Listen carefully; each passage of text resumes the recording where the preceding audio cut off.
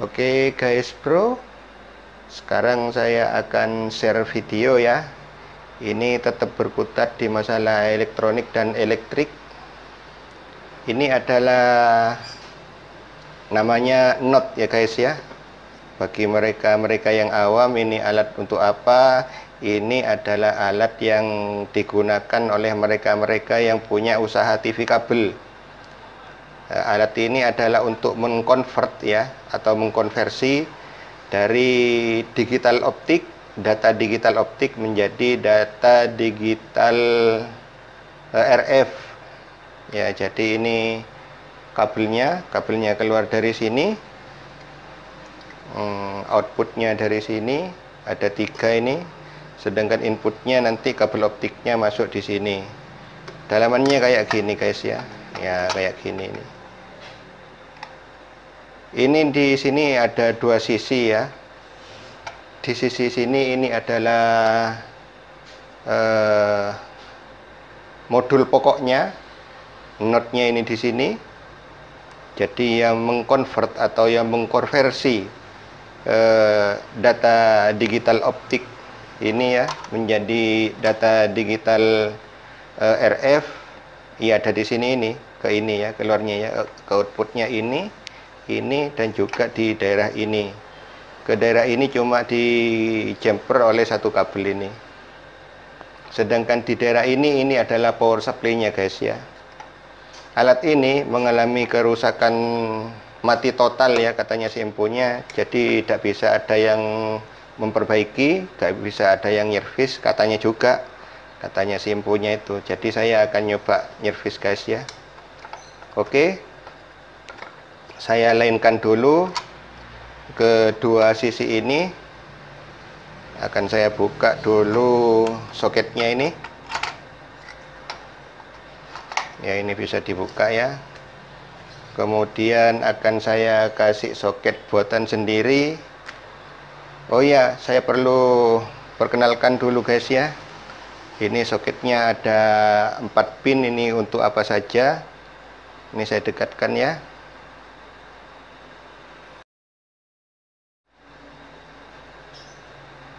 Ya, saya dekatkan. Kelihatan guys ya. Di sini ada tulisan, mungkin terhalang oleh komponen ya yang ditidurkan ini ya. Ada tulisan 60 VAC. Jadi inputnya ini adalah 60 volt AC guys ya.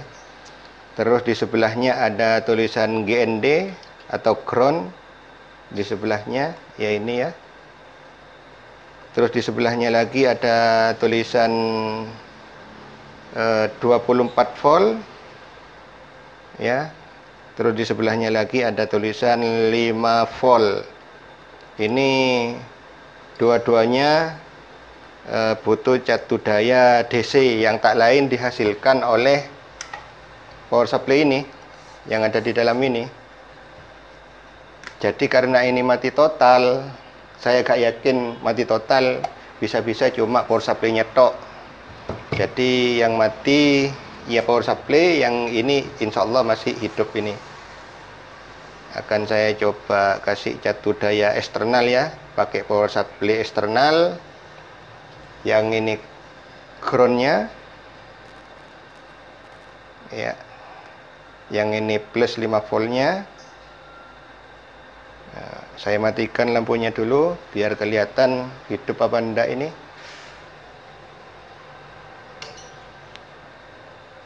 Ya, lampunya ternyata hidup guys ya. Lampunya hidup. Coba lampu kameranya saya matikan. Ya, ini guys ya. Lampunya hidup, berarti ini hidup normal. Yang satunya saya jepitkan ke 24 volt, padahal ini 5 volt. Jadi gak membahayakan ya.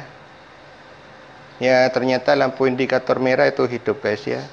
Berarti modul ini tidak mengalami kerusakan. Dan saya yakin kerusakannya ada di daerah ini, di power supply-nya. Oke, akan saya buka power supply-nya. kayak apa dalamannya.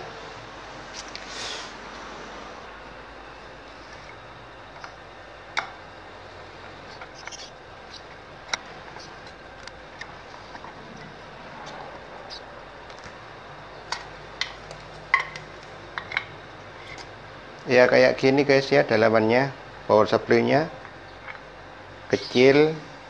Yang jelas ini power supply-nya power supply switching.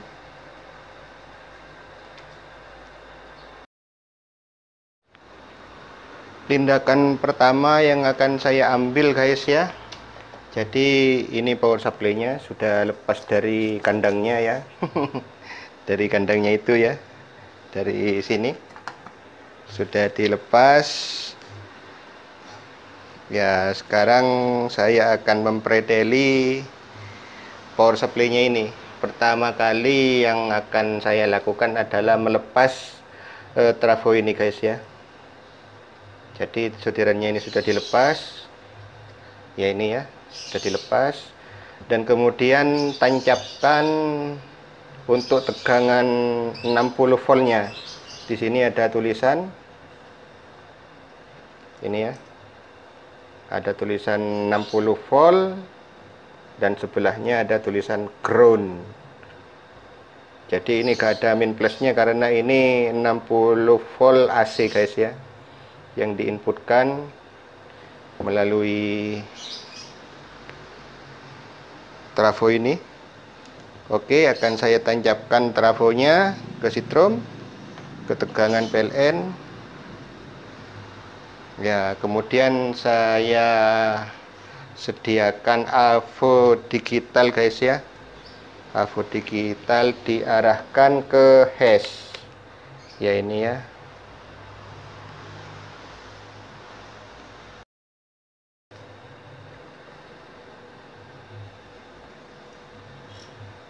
Ya, gini kan lebih enak ya guys ya, lebih kelihatan.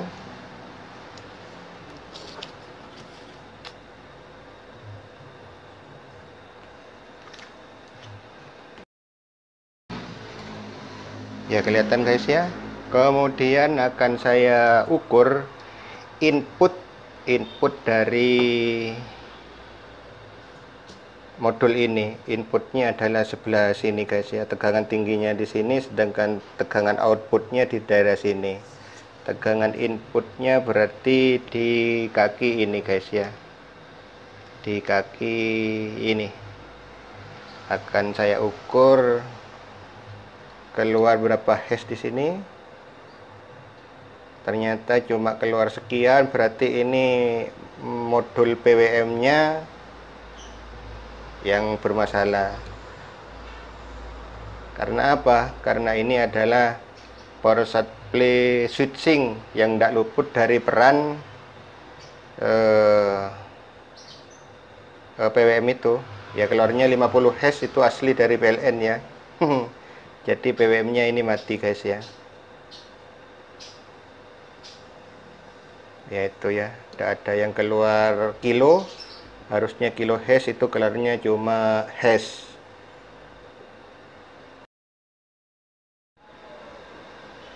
Tindakan terhadap power supply ini sudah rampung saya lakukan guys ya. Ya ini ya.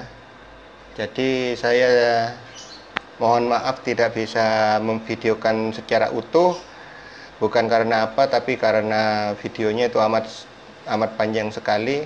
Sebab tindakannya itu bukan 1 kali 2 kali ganti komponen. Ini banyak komponen yang terkena ini. Ini kan gara-garanya mati karena kena petir guys ya, bukan karena salah tegangan. Ya otomatis banyak yang putus komponen-komponennya ya.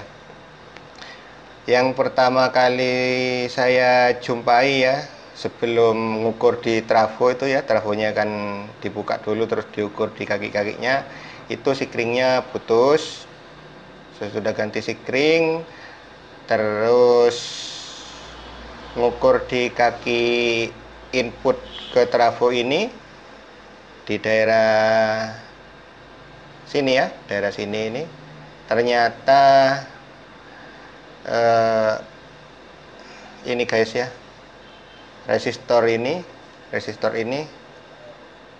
Walaupun dulunya kelihatan utuh, tapi itu putus.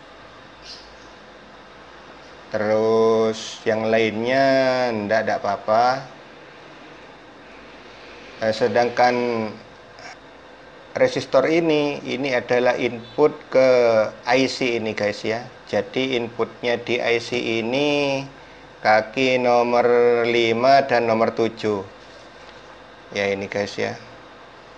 Jadi kalau ini keadaan seperti ini terus dibalik kayak gini, saya gambar juga di belakangnya ya, ini ya, biar tidak salah ya, menghitung kaki di nomor berapa.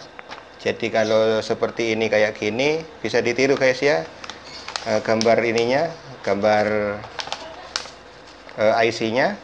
Kalau dibalik ya kayak gini. Nah, urutannya kan ganti kakinya ini.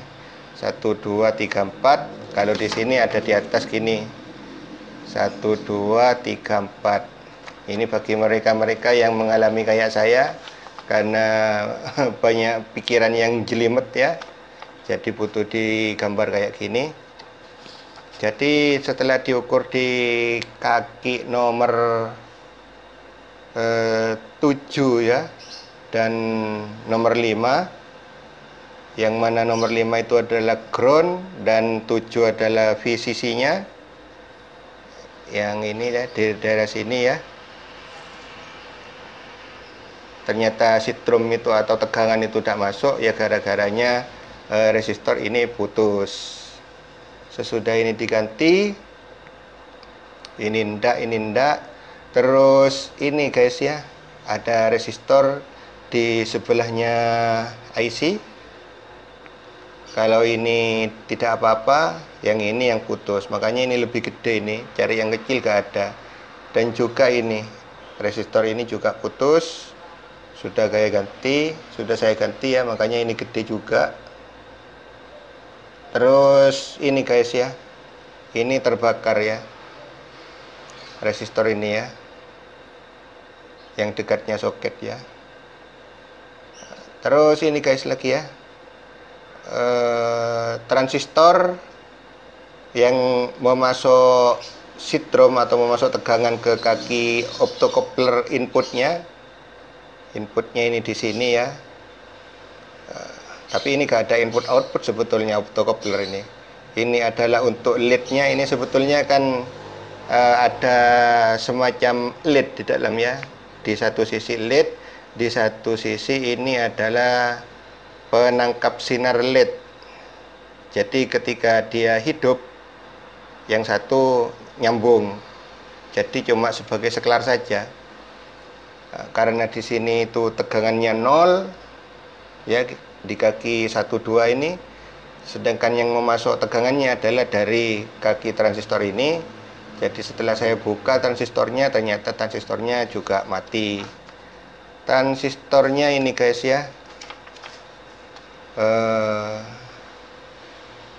AZ431 itu bisa diganti dengan TL431. Sedangkan IC-nya ini kan sudah pakai soket ya. Ini kan pakai soket, waktu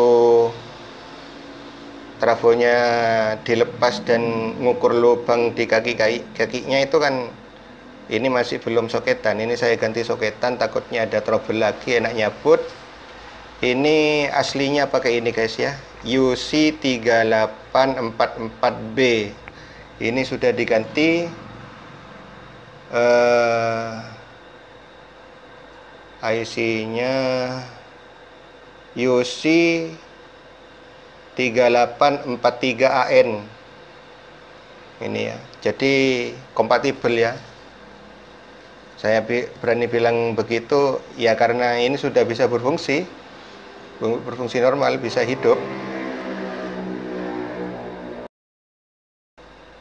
Saya akan nyoba menginput tegangan guys ya, menginput tegangan yang 60 volt ya, ini ya, pakai trafo ini ya, 60 volt AC ya, ini ya sudah ditancapkan. ke ground dan ke pin 60 AC-nya.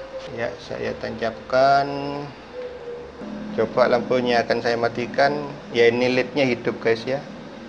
LED-nya hidup, berarti ini sudah berfungsi normal.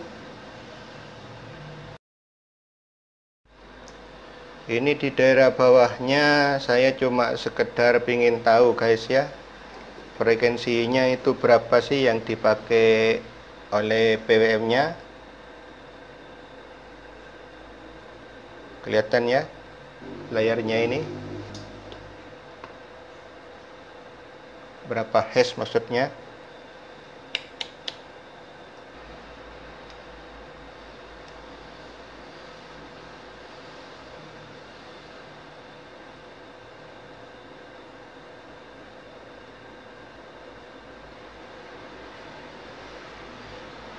Tidak mampu afonya guys ya, makanya tidak mau diam yang namanya digitalnya itu bergerak ya, di luar jangkauan ini.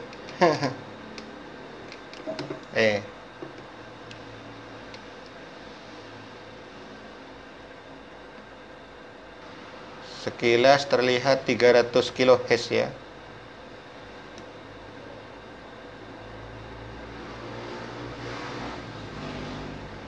Tapi yang jelas bukan 50 Hz lagi. Berarti PWM-nya sudah berfungsi normal, makanya lampu LED-nya tadi hidup. Sekarang saya akan ngukur outputnya guys ya. Apakah ini normal sesuai dengan yang ada di sini. Ini outputnya 24 volt dan 8 volt ya. Ya, akan saya ukur pakai AVO digital ini ya. Ini groundnya yang ini ground ya, keluar 8 guys ya. Ya, kelihatannya 8-nya. Terus ini keluar 23, berapa itu?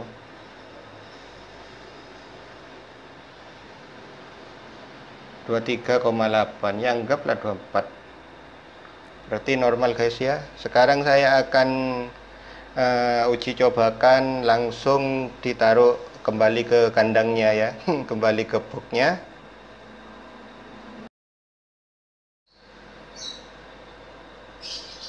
Ini power supply-nya sudah masuk ke kandangnya guys ya. Masuk ke dalam boxnya. Jadi ini sudah rampung, sudah tertata seperti sedia kala guys ya. Dan tegangannya ini ya, saya masukkan di sini di input, dan groundnya saya taruh di bodinya ya. Karena pemasangannya ya memang gitu guys ya. Jadi trafo ini biasanya diletakkan di rumah-rumah penduduk yang ngampung sitrum lah gitu, ngampung tegangan. Entah itu jaraknya berapa meter dari alat ini, bisa dekat atau bisa jauh.